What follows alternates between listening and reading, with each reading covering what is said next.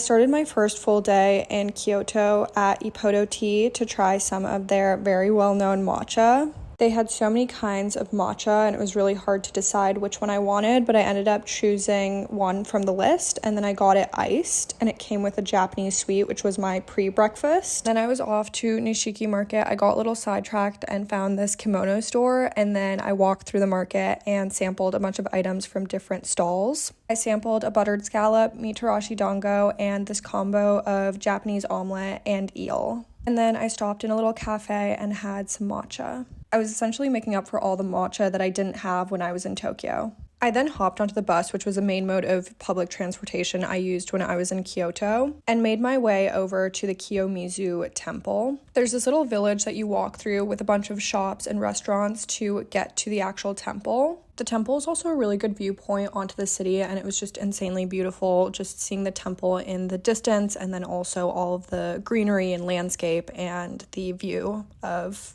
the city. I highly recommend visiting this temple if you ever find yourself in Kyoto. Now enjoy this gorgeous video I took of the outlook and the temple in the distance. I walked the entire path to the very end. That was sort of a dead end. There wasn't really anything, but it was a really nice walk, and at some point I stopped and had some onigiri that I had picked up earlier that day and read a little. My way down, I saw a little matcha shop and decided to go in. I ordered a soy latte, and usually I don't really care for soy, but this was incredible. It was so good. I was also feeling very at peace in this moment. Something about the whole moment just made me feel a lot of gratitude. Next up was Philosopher's Path, which is a serene little walk by a canal, and I was surprised to find that I was pretty much the only person on this path. I think I only met like one or two people as I was walking along it. I then headed back to the area that I was staying in and stumbled upon this restaurant called Fatuba, and the dining experience was incredible. On my second day in Kyoto, I headed over to Arashiyama to see the bamboo groves. It was a pretty long bus ride, so when I got there, my first stop was a little matcha shop to get myself a matcha latte, of course. And then I walked through the bamboo groves, and while I was walking, I actually met a couple of people, and one of them ended up taking me out to lunch/a drink. I thought I would spend the entire day in Arashiyama because it seemed like there was a lot to do, but after I'd walked through the bamboo grove, I was a little bit at a loss as to what I should do next, so I actually headed back. This was my first time taking the metro in Kyoto, and it was very interesting seeing the difference between the metro system in Tokyo and the metro system in Kyoto. I will say that the metro system in Kyoto seemed to be less accessible and older. For dinner, I met a friend that had just gotten into town, and we went to Wasabi to get sushi. It was really fun watching the sushi be made right in front of us. Also to note, this was a restaurant in the Pantacho area where all the canals are. Day 3, I got out a little earlier than I usually did, and I was struggling to find somewhere to have breakfast.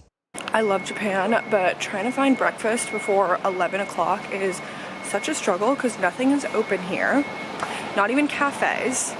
So anyways, we're trying for the 50th time to find something for this morning because I'm starving, and even though it's nearly 11, I need to eat now.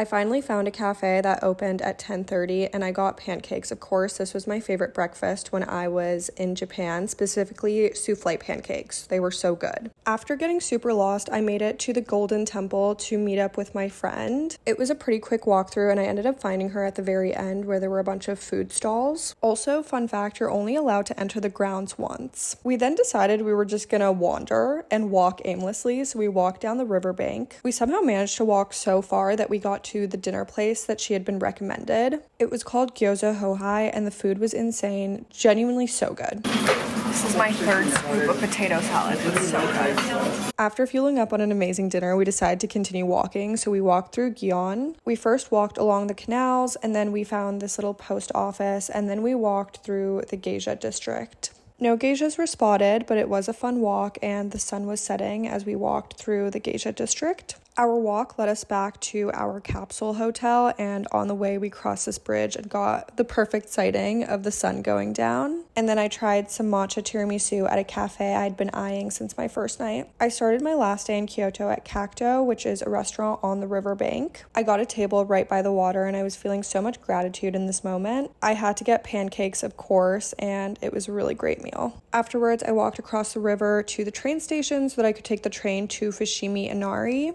One train ride later and I landed at the shrine. Before entering the grounds, you walk through the street market with a bunch of vendors. It's a very lively environment. I didn't realize this going into it, but you can do a full hike at Fushimi Inari. You basically follow the torii gates as far as you want to, and at the beginning it's quite packed. There are a lot of people, but people start to drop off, and the further you go, the less people there are. I hiked pretty far up, although it did feel never ending, and at some point I decided to turn back. I met a girl on the trail and we decided to walk back down together. There comes a point on the hike where you find a fun lookout on Kyoto. And also, I believe that at some point the torii gates take you back down. But when we realized it was taking us down in the opposite direction, we just decided to turn back. I will say I got a really good workout in, which I was absolutely not expecting when I decided to do this.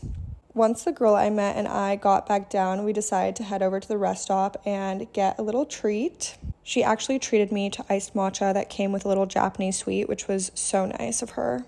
I got really lucky in Kyoto with the people I met. I then headed back into the city to go pick up my stuff and meet up with my friend. She was following me to Osaka, so we took the train from Kyoto to Osaka together. We got into Osaka in the evening, so I checked into my hotel and after a while decided to just have a quick dinner at an Italian restaurant right around the corner. And that was my time in Kyoto. I really fell in love with the city and I hope to be back sometime soon. I will see you guys in my Osaka vlog. Don't forget to like, comment, and subscribe.